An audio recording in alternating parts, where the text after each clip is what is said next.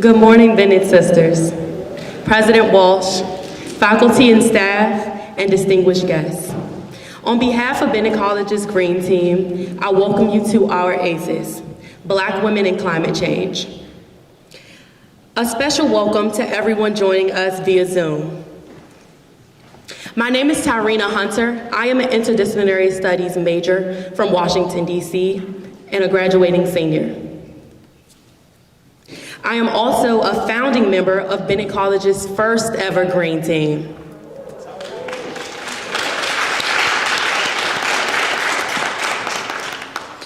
This year has been an awakening for me. I took this class mini-semester 1 called Climate Change and Sustainability, What's Green About Greensboro, with Dr. Ann Hayes and Professor Candace Young. And y'all, I had no idea. I learned that I supported companies that continue to ignore climate change for financial gain. I've learned that environmental justice communities are made up of mainly marginalized and minority groups. Most importantly, I learned that my generation and generations to come are the ones to reconstruct this way of living. Because of this class, I took action. I emailed my landlord and asked that they have recycling bins available for renters. I asked that they allow renters to garden in some of the common areas. And I also requested that our tap water be tested just to make sure that it was clean and safe for all uses. I did my final presentation on environmental education. Miseducation about the environment and environmental issues leads to not only contaminated recycling, but to bigger issues like unchecked consumerism, growing carbon footprints, and ultimately a hotter planet and unhealthier people. And so that is what today is about. Just like I needed a wake-up call, Bennett College needs to know about climate change and act. We can also make a difference as women and as a college if we choose to do something. We have a great event for you all today. Lamisha Whittington from the North Carolina Black Alliance is here to give our keynote.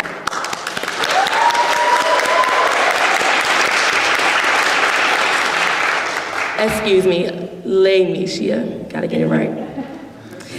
Welcome. To start us off, I'd like to invite Carisha Bowman, class of 2022, to come up and sing a song made famous by the Marvin Gaye all the way back in 1971, Mercy, Mercy Me.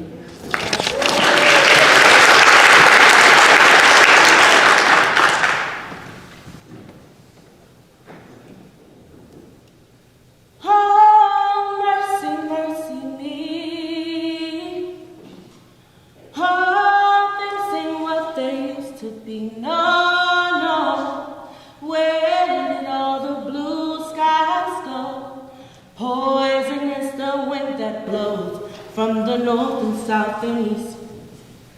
Oh, mercy, mercy me. Oh, things ain't what they used to be. No, no. Oh, wasted in the oceans and upon our seas. Fish full of mercury. Oh, no.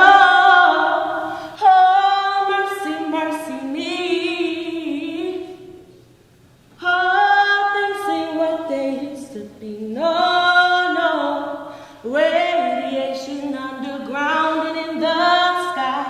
Animals and birds who live nearby are dying.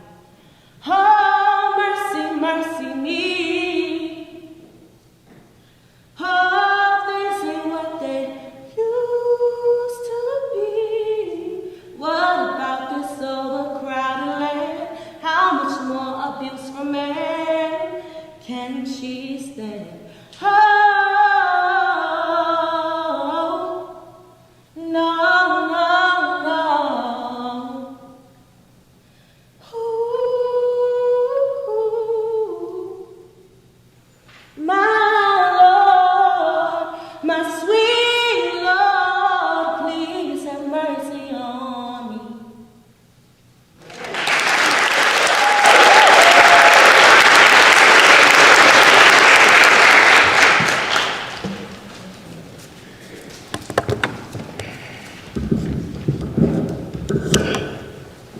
Thank you so much, Kyrisha. That was powerful.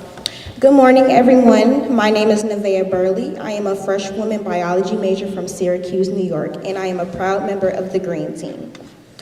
I would like to invite Donator Magabi, Kaola Buti, and Dr. Gwendolyn O'Neill to come forward to share African wisdom and scriptures from Christianity and Islam. The roots of environmentalism are deep, ancient, and sacred.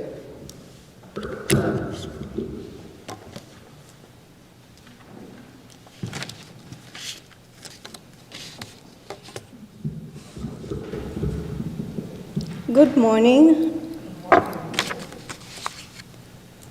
Ladies and gentlemen, well, my names are Donata Magabe, but I am getting a new version of my name in the United States. That is Donata Magabi, and that is not a problem. Well, I come from Tanzania, and I am a foreign language teaching assistant at Bennett College. I am a Fulbright scholar. That means aside teaching Swahili, I also serve as a student at Bennett. Ladies and gentlemen, I usually say this before I speak to the people normally, that when you're standing before people and all their faces are serious, chances are that you might forget what you're prepared to present. Thank you for that, because I'm a little bit confident now. Ladies and gentlemen, well, when I was told that I would come to present or to give you some Swahili words or expressions about the environment, well, I thought of how Tanzania cares for the environment. Well, you would know today that my head has our national flag, and my hand as well as this little thing here. Well, actually, I will tell you what it means by these colors. By green, we represent the vegetation. By blue, the water bodies. And by yellow, the mineral resources, and so on. And the black is our race, which we all even share. Ladies and gentlemen, it honors me a lot, if I haven't said so, to speak before you this morning.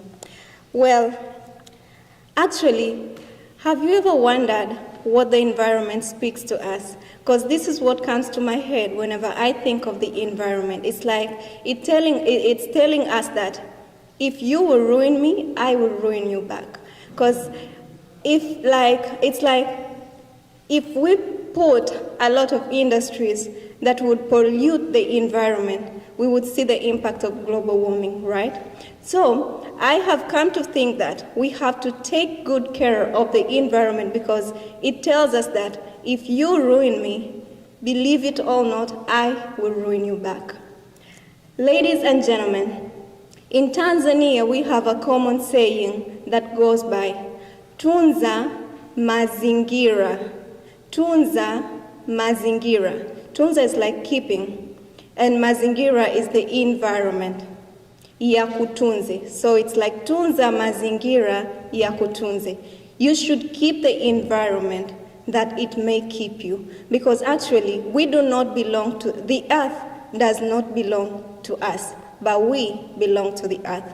Ladies and gentlemen, to give you another saying that it comes much more from Kenya, but we also use it. It goes like this. Itunze ardhi vyema, hukupewa na wazazi wako, bali umekopeshwa na uzao wako. This means that itunze ardhi vyema. You should keep the earth. You must keep the earth well. Hukupewa na wazazi wako. It was not given to you by your parents. Rather, umekopeshwa na uzao wako. It is loaned to you by your children. So the generations that are ahead of us are the ones that had loaned us the environment. So we are urged to keep the environment that it may keep us. Ladies and gentlemen, by saying that, I would conclude by saying we should all go green, because There is no planet B. Thank you.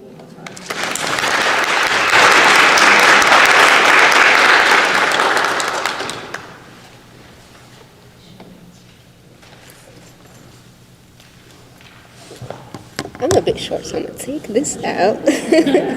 Short people problems. Well, good morning, everyone. I hope that you're all safe and sound today, and it is my pleasure to be here in front of you today and to be at Bennett as an Arabic teacher and a Fulbright scholar. At first, I did not know what to expect when Fulbright said that I will be assigned to Bennett College, but I would say that I'm actually lucky that I was assigned to Bennett because it's very welcoming and very diverse, and I'm so lucky to be here. And thank you for Dr. Hayes, who has invited us today to talk about an important issue, which is climate change and sustainable development, which is a matter that does not affect only one part of the world, but rather affects all parts of the world, starting from the U.S. to Morocco and other countries as well. And it's something that is common between all religions and all holy books, starting the Quran, the Bible, and everything else. So today I'll be talking a little bit about climate change and sustainable development from the Quran and Islam, from the Quranic and Islamic perspective. So in the Holy Quran, there are many, there are many verses which emphasize the great importance of sustainable development and the responsibility of human beings towards the environment. The man has the right to use the environment and getting the essential benefits like water, land, air, and so on and so forth. But man does not have the right to damage the environment. And in Islam, the protection and the conservation of the environment is the religious duty of all Muslims. It's not a choice, it's actually duty. So if you want to be a good believer, a good Muslim, you have to take care of the environment, and that's your duty. And the communities should protect and be responsible to protect the nature. And it's our duty to raise awareness among people based on Quranic teachings in Muslim countries. And with that being said, we can find in the Quran more than 500 verses that talk about the environment and how Allah guides us on matters related to the environment sustainability. And I chose very few. And there is one that goes saying like, the servants of the Lord of mercy are those who walk gently upon the earth. So according to the Quran, Allah rewards a person who brings a dead land to life. Land reclamation is highly encouraged in Islam, and preserving the land is very important because not only human beings, but also animals, birds, and other creatures live on the earth and benefit from it. And Allah regards this act as an act of charity, actually, in Islam. And He says that, and He offers actually a reward for planting every single tree or every single sapling. And there is another verse from the Quran that goes as follows: Children of Adam, dress well whenever you are at worship, and eat and drink as we have permitted, but do not be extravagant. God does not like extravagant people, and this is from Surah Al-A'raf or the Height 7:31. And this verse simply means that children of Adam, dress well when you are heading to your prayers. Eat well and drink, but do not waste, for God does not like the wasteful. And the extravagant is just generally taken to mean people who eat and drink to excess, or who are wasteful with their food and water. And this is something that I actually try to maintain whenever I remember the verse. It's like you can show this in your very simple daily practices, like when you're taking a shower or you're washing your face or brushing your teeth.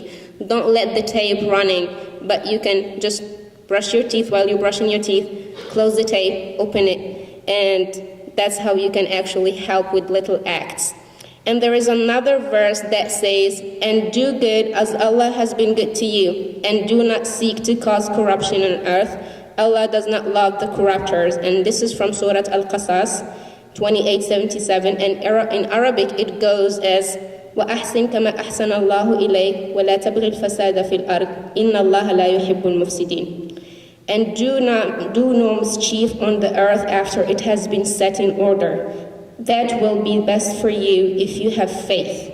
And this is another verse, from Surah Al-A'raf as well. وَلَا تُفْسِدُوا فِي الْأَرْضِ بَعْدَ إِصْلَاحِهَا ذَلِكَ خَيْرٌ لَكُمْ إِن كُنتُم مُؤْمِنُونَ. And that is just to say that the earth has been good to us, okay? And we have to be good to it as well. Do not corrupt the environment or the earth because it wasn't created corrupted. We as humans who are not responsible for our own actions do corrupt the environment. And if we are like real, true believers, we have to sustain the environment and try to protect it. Thus in Islam, it is our responsibility to utilize the earth responsibly, and we should maintain and preserve it honestly. And the Quran teaches us how to use it considerately and moderately. It is very important to pass and maintain those teachings to future generations as well. And we have to handle our environment in a way that comprehends the worship of God in order to be true believers.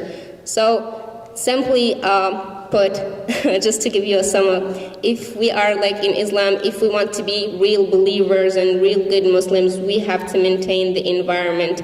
That what means being a good Muslim and being a good human being. So thank you so much for having me today, and shukran.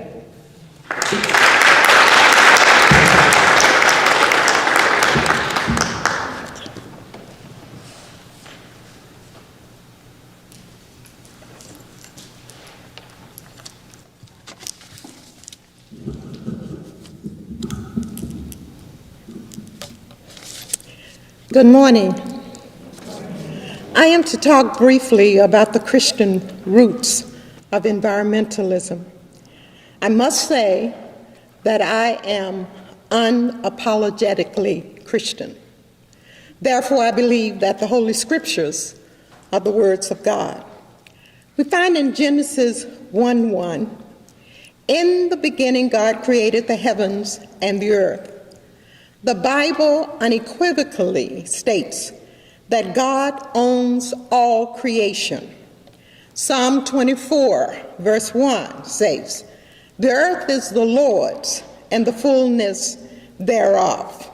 The world and all its people belong to him." There is a consistent principle that permeates all scriptures, from Genesis to Revelation. That is, the earth does not belong to us, but to God. And over in the creation story, God says, "It is good."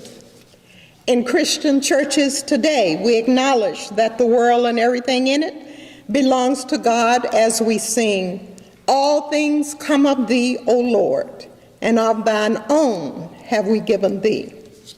Not only does the earth belong to God, but God has given us the responsibility to take care of it. We find in Genesis 1:26, "Then God said, let us make human beings in our image. They will reign over the fish, the birds in the sky, the livestock, all the animal," and it goes on and on. We also find that the first jobs God gives mankind is to tend and protect the earth. In Genesis 2:15, the Lord God took Adam, that word we call Adam, literally means humankind, and put him in the Garden of Eden to work it and take care of it. In other words, God made humankind stewards over creation. The problem is, we've not been good stewards over creation, and I believe that God cannot be pleased. In reference to the land that God gave the Israelites after delivering them from Egypt, Jeremiah, God's prophet, says in chapter 2:7, "I brought you into a fertile land to eat its fruit and rich produce. But you came and defiled my land and made my inheritance detestable. I wonder what God feels about the condition of his earth today. As God-appointed stewards, we can use natural resources, but we are not to abuse them. Also, as human beings created by God in the image of God, how can we not care about people whom we are called to love when harm to the environment poison water and adversely affect food and health? I agree with Leanne Jensen, who said, when it comes to environmentalism, Christians should be leading the charge. But we are either ignorant of the devastation we are causing by our own consumption, or we are turning our back on the God-given responsibility we have to steward the earth. Thank you.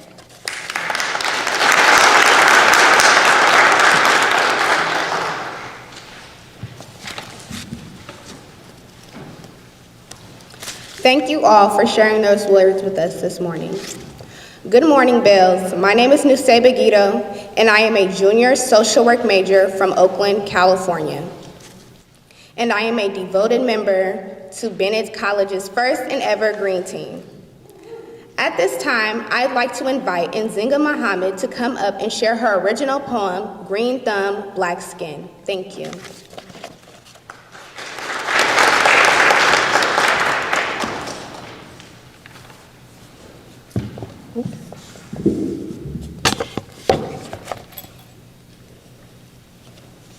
Can you hear me? Mm-hmm. Who said no? Oh. All right, good morning, everyone. Good morning. Thank you. My name is Nzinga Muhammad. I am a senior in interdisciplinary studies history major from Rochester, New York, and I will be reciting an original poem called Green Thumb, Black Skin.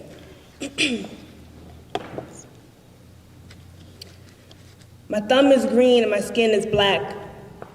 And in fact, it's an intersection between race and the environment that not everyone gets. It's a war and a struggle on all fronts. They don't care about black folks and trees unless they're hanging from it or it's blunts. Did you catch that? And actually, green is the one thing white supremacy sees. No one is colorblind when it comes to dead presidents, just dead people of color. There's too many green thumbs with black skin lacking the attention they need. Why are we waiting in polluted waters? God didn't trouble these. This is an oppressor's doing, ruining the earth once clean, the audacity of colonialism. How do you poison the land you didn't discover? And why did Flint have to fight for clean water? And why indigenous folks have to march against another act of injustice? Don't reduce our struggle, reuse our land to recycle our culture. The infrastructures of colonialism created pipelines of environmental devastation. But newsflash, the climate did not change with emancipation. The climate will not change with the pollution of anti-blackness attacking every facet of our lives. It's almost as if they never expected us to survive. My thumb is green and my skin is black. That's an intersection that I hope you catch. Because why every black child on my block has a history with asthma attacks, the gag is not a coincidence that your environment correlates with your existence. The black folks have way too much experience for not being able to breathe. So how do we fix it? It's not a white thing, it's the right thing. Our ancestors were environmentalists without the term. The respect for nature was firm in their values. How do you not reclaim this work? But even if you aren't black, the greatest revolution is giving back. Whatever form of resistance you can access, from the dorm rooms of honors to bars, I hereby lead a charge for Bells. Leave your thumbprint all over this world so everything you touch grows, thrives, and lives. Thank you.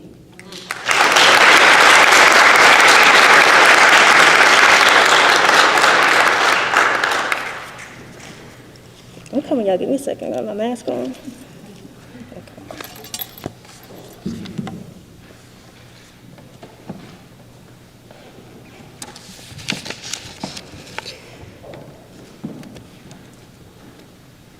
Just wow, Nzinga. Thank you for sharing your poetic truth. It really resonated with me especially. It is my honor to introduce our special guest, Lamicia Whittington. Throughout her impressive career, Lamicia Whittington has led work on environmental justice and intersectional democracy. She serves as the Deputy Director for Advanced Carolina and as the North Carolina Black Alliance Campaigns Director. She is the co-convener of the North Carolina Black and Brown Policy Network, former National Democracy Campaigner for Friends of the Earth, founding member of Democracy Green, the former North Carolina spokesperson on Fair Courts for the Leadership Conference on Civil and Human Rights, member of the Board of Directors for Cape Fear River Watch, and a community liaison for the National Academies of Science, Engineering, and Medicine for the Guidance on PFAS Testing and Health Outcomes National Study. She is a petitioner in 2 active petitions to the U.S. Environmental Protection Agency, challenging major contaminants, PFAS and 1,4-dioxane. Just so you guys know, these PFAS are forever chemicals because they never leave your body. They are in our water in Greensboro. Please get your water tested. In addition to all of her environmental leadership and activism, Professor Whittington also teaches in the Division of Sociology at Meredith College and for the Diversity and Environmental Justice Department at North Carolina State University. Her work has been seen on PBS North Carolina, C-SPAN, Bloomberg, Bloomberg Law, and a host of other publications. Please join me in welcoming Professor Lamicia Whittington.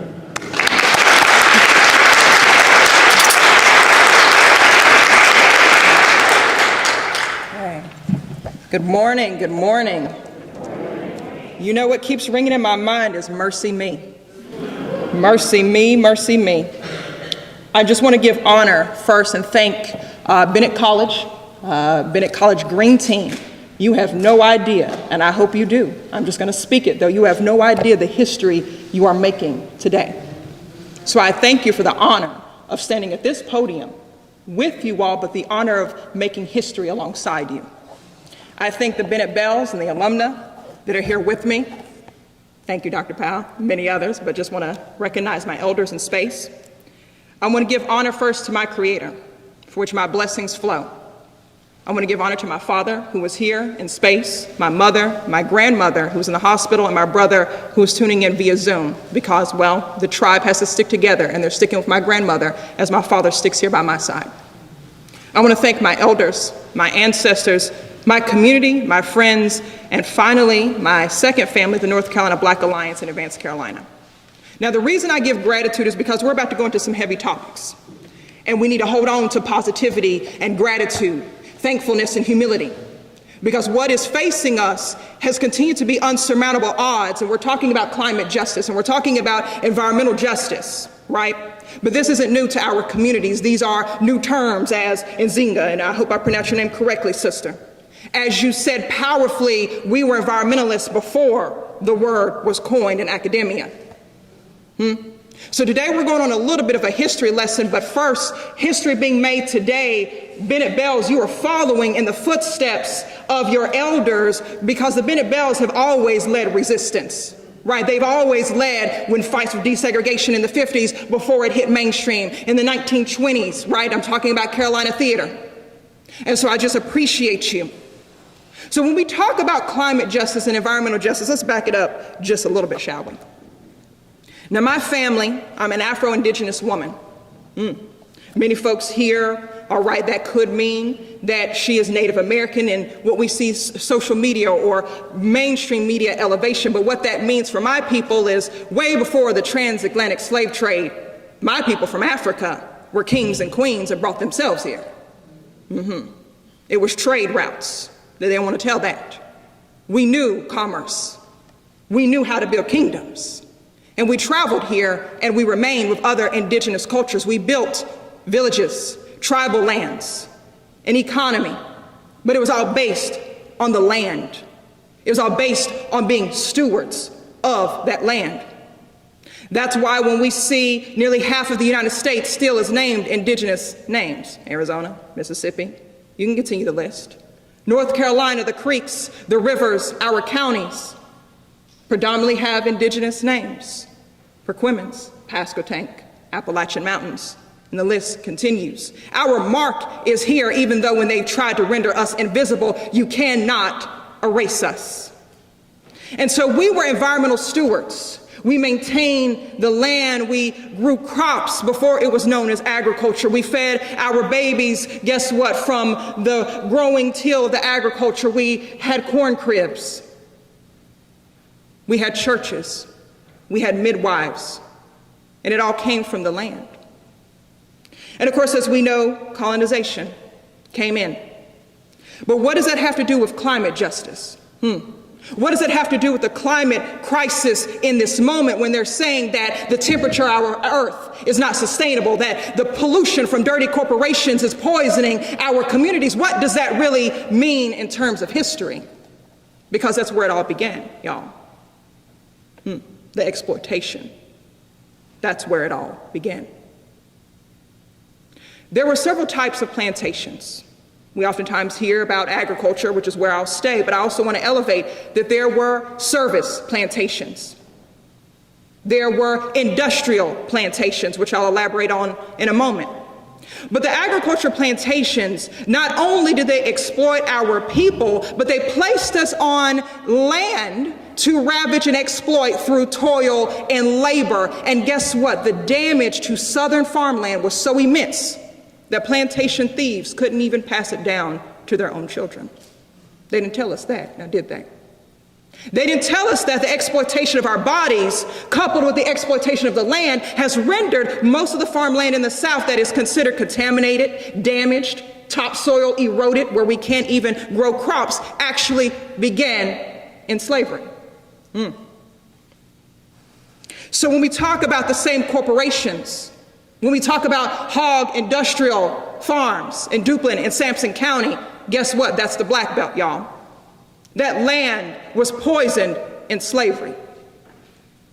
Now, why is this important? Because sustainability and health practices were not instituted as a policy or a practice. Instead, exploitation of the people, exploitation of the land, both resources white colonial settlers and capitalism extracted, sucking the nutrients out of the soil and out of our toil. You see, there was a study conducted. It was called the Stock of Slaves, where for only 55 years, close to the mark of emancipation, there was a study that conducted how much our ancestors were worth. Not their labor, them, their human capital. What they found in 1805 was 1 million enslaved people were valued at $1 million. But in just 55 years, 4 million enslaved people were worth nearly $3 billion. This created the most millionaires in the South out of the entire nation. This created the most millionaires in Texas outside of all the states. When we see political power, it is not by coincidence that our U.S. presidents were also enslaved capturers, owning our people. It's because they used our bodies for the count. But we'll discuss that maybe a little later. But what we saw is this money was used, right, to build this nation, but it was our literal human capital. And they called us real estate, y'all. There are literal flyers from North Carolina that said real estate auction, this many enslaved people, this much acreage. They saw us as the land because of our worth in economics. That's the exploitation. So when we talk about the stock of slaves, and if you hear, I don't call our people slaves because that's not our state of being. It's not who we are. We are kings, we are queens, we are princes, we are princesses, we are chiefs. We are not slaves. That was a condition, so I say enslaved. But that research showed that as real estate, our liberation is also tied to the land. The ecological consequences of cotton farming and the labor of enslaved people that enabled it were enormous. Slavery-era cotton farming led to massive soil erosion from Virginia to Alabama, rendering much of it unfit to be farmed in the future. Research says that millions of years of the development of rich soil was destroyed in just 100 years of slavery. Now, we know slavery lasted well above 100 years. That is a land. The destruction to the land was so immense that plantation owners, thieves, whatever we want to call for accuracy, would actually leverage the amount of enslaved people they had on the land in order to get loans from the bank to move to a new plantation. Sounds a lot like gentrification, doesn't it? Oh, wow. I don't think y'all hearing me. Somebody hear me? They leverage and use our human capital as capital to move to a new land, to ravage that land and force us to do that. And so even today, 20th century maps, there was a study in Florida. They were trying to figure out how can we make this land actually usable? How can we replenish it? How can we rehabilitate it? And what they did is they overlaid this map of the destruction to the land over the plantation areas that were recorded to have the most enslaved people in Florida, and they matched. They could trace the devastation to slavery. When we talk about our politicians today and we wonder why are we stopping gentrification and why do we hear in our campaign, oh, prioritize small businesses and their platforms, prioritize small farmers, but instead we see investment from large corporations who are making the maximum amount of campaign donations to their campaigns every year. We wonder. But this isn't new. President Thomas Jefferson's stated advocacy, his platform was for small farmers. But he actually financed the expansion of the large plantation system. Now we know now corporation, industrial complex, the names change, but the devastation doesn't. His campaign was small farmers, but his money was instead to create and invest in large plantation systems because of profit. Additionally, we sold crops as a nation to other nations globally. And so I really appreciate and honor the global perspective you gave us today because we are all connected. The land and our people are bound together. In times of unjust slavery, as I mentioned before, we also had industrial plantations. We had service plantations, but why does that matter? Because in industrial plantations, that meant that our folks were forced to work as waiters, as boatmen, as guess what, individuals who had to work in the mills, in the plants to actually manufacture the tobacco and the cotton that had been yielded from the field. Now, isn't it interesting that the same essential jobs that were birthed on plantations are the same essential jobs that are being paid slave wages to our people in 2021. It's interesting that waiters and service and boatmen, plant workers, manufacturers, farm hands are still undervalued, underpaid, under-resourced, no health insurance today. Also, the same community that has contracted COVID-19 at the highest rates because these corporations have not prioritized safety. It's not ironic that it's the same jobs. That's where it began. And so what I'm trying to ground with you all as we move into what are we looking at in the state of today is it's very simple. Environmental justice, it's really injustice. Climate justice is really climate injustice. It's really climate racism. It's really environmental racism. It did not begin when the Gulf of Mexico caught on fire. That's the result. It did not begin when Hurricane Florence hit our shores. That was the result. We are seeing the manifestation of a sick people when we see that our communities contract COVID-19 at its worst. We've been in a pandemic. It is a manifestation that our people are sick, but so is the land. Because when Mother Earth spits up, when she has the flu, when she has COVID, it's a hurricane. But we don't see it like that because it's been intentionality to separate us from the exploitation of where we come from, and that's the land. These dirty corporations, they try to place blame on us and say, use single-use plastics. Use a grocery bag that is brown paper bag instead of plastic. No amount of plastic bags that each of us in this space will use cause the burning of the Gulf. That's global. But here's the thing. We see the burning of the Gulf of Mexico as a climate justice, but we don't call it the same when our communities were burned. We don't call it climate injustice when our churches were burned down and the land was burned during Freedom Summer. But it's the same burning. The Wilmington Massacre just celebrated a 123-year anniversary, and I don't even know if I can, in good conscience, call it an anniversary. But we have to remember, that's climate injustice. Because not only did they take our lives, not only did they displace us, they then passed policy to make sure that we could never rebuild again. So yes, this is heavy. I acknowledge that. But what I want us to do as a people is to understand that we are the authors of environmentalism before it was named in academics. We were the first sustainable practitioners. How many of your grandparents use cast iron skillets? How many of your households have had storages of grocery bags that are reused for trash bags, that are reused for deep conditioner? Come on now. Come on now. Don't lie to me. Come on now. Come on now. Okay? How many of our people, we didn't know when we reached into the fridge if it was a Cool Whip container or if it was grease? Okay. We can keep going. We can keep going. But we don't want to call that sustainability.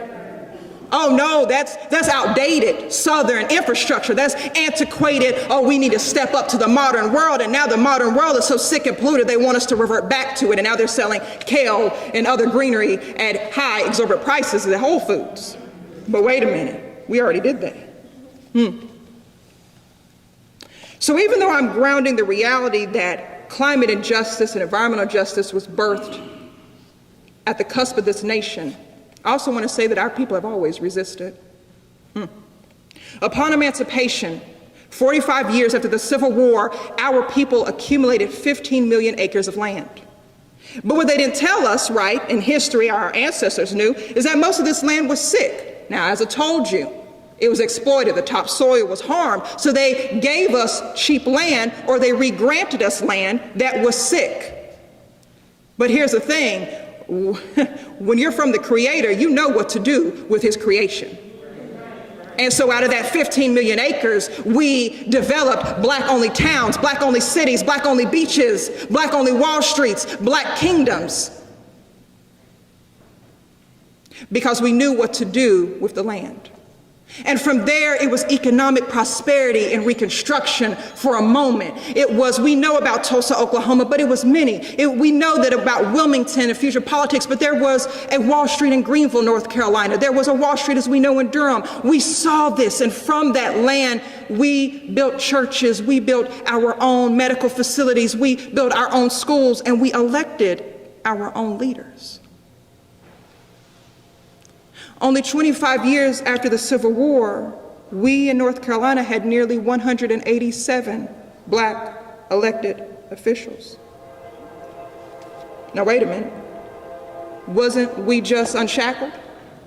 How did we know to build such an empire? How did we know how to build such a kingdom? How did we create economic prosperity and then elect that many individuals locally all the way up to congressional? You have to understand who you are. The exploitation came because, remember the research, the stock of slaves. They knew. So with that land, we built this wealth, but of course we were attacked. And that's when climate justice and environmental justice continued. Our water was poisoned. Now we hear about the burnings, we know about the lynchings, we know about Jim Crow era, the poll taxes, the literacy tests, the impediment to voting. But what we also need to know is that at the same time, when we go into 20 years later, guess what? Ford Motors began to dump into the Michigan lakes, their filth. and their waste. They began to pour chemicals into rivers. This wasn't just in Michigan, this was in different states across our nation. Now, we didn't realize this as a nation until Flint, Michigan, how many years later? That's what we call silent racism. When we discuss that 56% of all people of color in this nation live only 2 miles away from a toxic, hazardous site, that is remnants of slavery. And so we have had a conversion of plantations to corporations, y'all. They may have changed the marketing, they may have changed the branding, but it is the same infrastructure. But I want to say, we have resisted. We have resisted that even when the civil rights movement was birthing was the same time that the environmental justice movement, before it was named, came to life. Why? Because it was the impact on folks who were, again, making low wages. It was unhealthy sanitization trucks. It was unhealthy environments. That is environmental justice. And so I want you to look at your neighbor, and I want you to say, I am generational wealth. I want you to look, if you have another neighbor to the other side, I want you to look at your other neighbor and say, you are generational wealth. Now, why do I say that? Together, let's say we are generational wealth. We are generational wealth. One more time, a little bit louder. We are generational wealth. We are generational wealth. Because here's the thing. There were elders that made sure that we were able to live to see another day. Some of these individuals, Miss Imelda West. Has anyone ever heard of a Miss Imelda West in the 90s? Guess what? She actually fought in Louisiana against a toxic corporation that came in to kill. It's a $700 million corporation that was set to destroy her home. And she flew to Tokyo and told them, what you will not do is bring this into my neighborhood. And they didn't. Okay now. We heard about the birthing of the environmental justice movement in Warren County. Miss Dolly Burwell, who we consider here as the godmother of environmental justice, but doesn't get nearly enough credit. She galvanized other black women and then called in black men and said, let's sit down and let's march forward. An environmental justice movement was birthed here in North Carolina.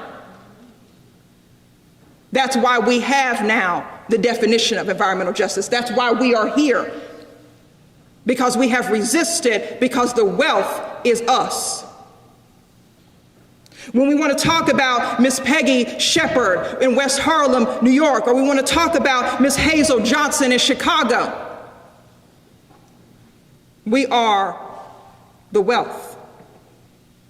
And so, as I begin to close my comments, here's the thing. We begin to see, and we can name, state-sanctioned violence when it's at the hands of police brutality and our people cannot breathe. But it is the same state-sanctioned violence when CAFOs emit waste in the air and our people are choking because they cannot breathe. It is the same state-sanctioned violence when they are drinking contaminated PFAS water that is forever chemicals that cannot be expelled from the body. They cannot breathe. When it is wood pellets that is burning ash in eastern North Carolina, our people cannot breathe. When policies allow these corporations to go unchecked, it renders our people unable to breathe. That is climate justice. But the hope today, y'all, I know I've said a lot of sobering, heavy, and I do recognize the level of history, the level of trauma our people have overcame. But I am honoring the Bennett Bells today because you are making history in this moment. Us here, Dr. King stood here before the March on Washington. His last cry to the people was about poor people's rights. Right? We've seen the rebirth of the Poor People's Campaign, and he discussed this initially because he saw that even with civil rights, his people were still on poisoned land with poisoned air and poisoned water. with slave wages.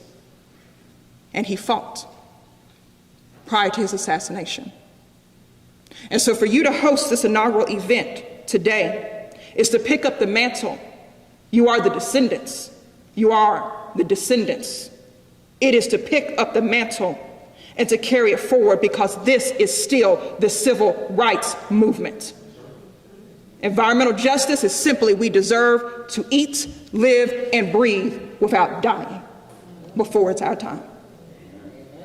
So I want you to look at your neighbor again and say, I am generational wealth. I am generational wealth. Look at your other neighbor and say, you are generational wealth. You are generational wealth. And together, we are generational wealth. We are generational wealth. And so as the charge lays ahead, we cannot talk about generational wealth, right? We can't talk about the value of our human capital that I want you to recognize that you hold, the change makers that you are. The charge that when they talk about climate crisis, they cannot separate that from dirty corporations that started in plantations. They can't separate it from reparations that are still owed our people because of the exploited labor, but also the land they gave us was sick. But we also today have to invest in youth leadership. And so in my closing, I would like to invite leadership from North Carolina Black Alliance in Advanced Carolina, Marcus Bass, Courtney Crowder, Deion Lester, and my team, because our fight together cannot be done alone. North Carolina Black Alliance in Advanced Carolina, please stand up in your space, and I want to honor y'all. And so this is our investment to you, Bennett, to you, Green Team. We would like to invest, and Dr. Powell, please. And donate to your environmental work $10,000.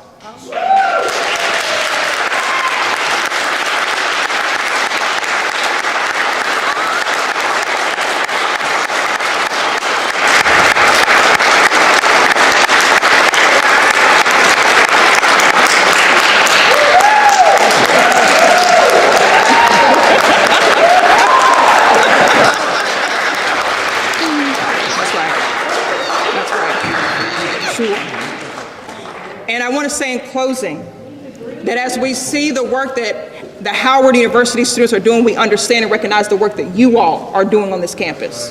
And anything that we can do to support you, we are your family. We are your team, because we are generational wealth, and we will invest in you. Thank you for having me. Thank you for this honor.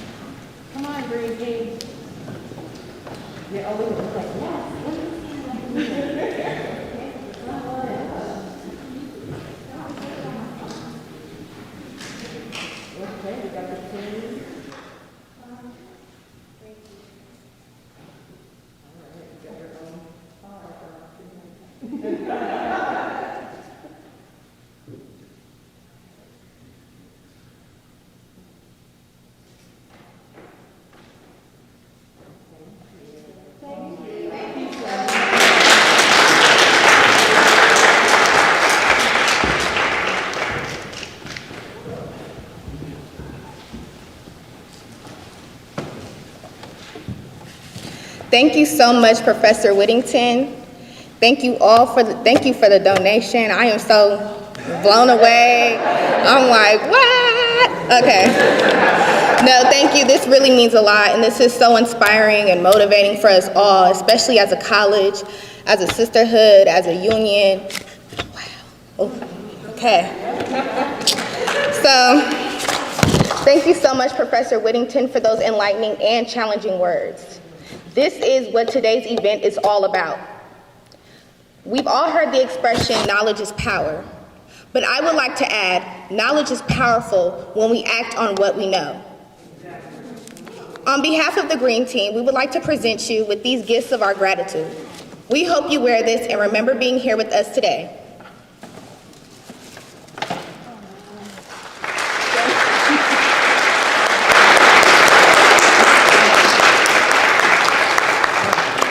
Thank you.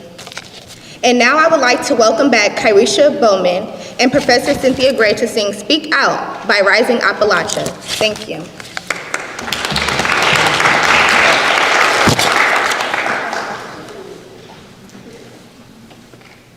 Is it okay if I sit on the stage? She knows supposed to be socially distancing, but I want to make sure y'all comfortable. Yeah. Okay. Y'all sure?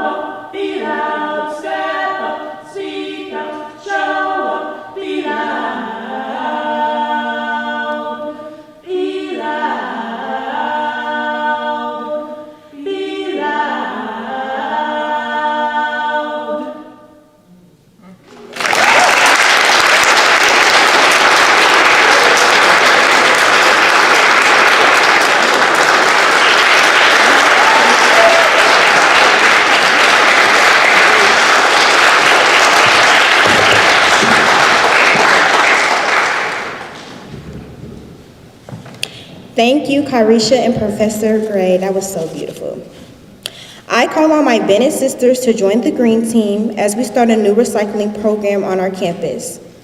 Our movement will be about small, conscious acts. Think about this.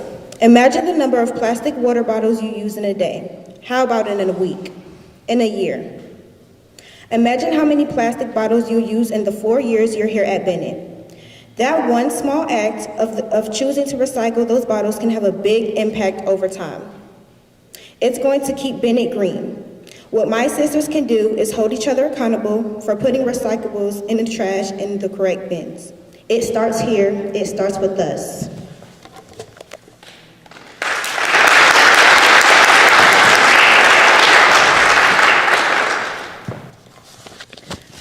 Bells. I want you to be inspired to lead change as our sisters have always done throughout the years. From sit-ins for civil rights, to fighting for women's rights, to protesting for Black lives, and now working for environmental justice. Every movement starts with us. As Black women, we are the spark, no.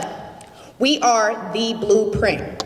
We know that the only way we will see change is if we lead with it. We are going to start our movement with recycling here at Bennett, but that's just the beginning. We have so many ideas for our future. We want to reduce our energy use on campus. We want to start composting our food waste and start community gardens on campus. We hear that we may be starting an aquatic greenhouse.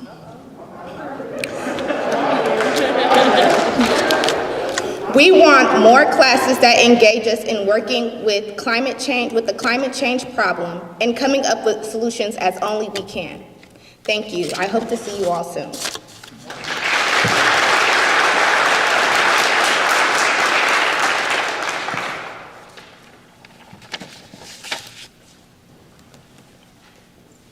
Firstly, I just wanted to thank Professor Whittington and the North Carolina Black Alliance for their donation and investing in what we believe in and what you guys believe in. I'm truly overwhelmed. And so, Bennett sisters, I challenge you to educate yourselves and become more aware of what is happening on this planet and within our community. I want for you to truly feel the real dangers of not taking care of this planet. The air isn't muggy because of humidity, it's pollution. The fish that are dying isn't because of natural selection, it's microplastics and other harmful chemicals in our oceans and rivers. And the water that sometimes comes out of your faucet discolored, it's not safe to drink. These are all environmental issues that need to be dealt with now. I just hope that this event has moved you how it moved me. This planet does so much for us, and my question is, what will we do to replenish her? But enough talking, I'm ready to get to work. Are you? On behalf of the Green Team, we thank you, Dr. Hayes. Thank you to everyone who participated for all of the performances and readings. A special thank you to Professor Laimicia Whittington. Thank you all for the effort you put into making this day so transformative. Thank you, Bennett Bells, for joining us in person and via Zoom. Thank you.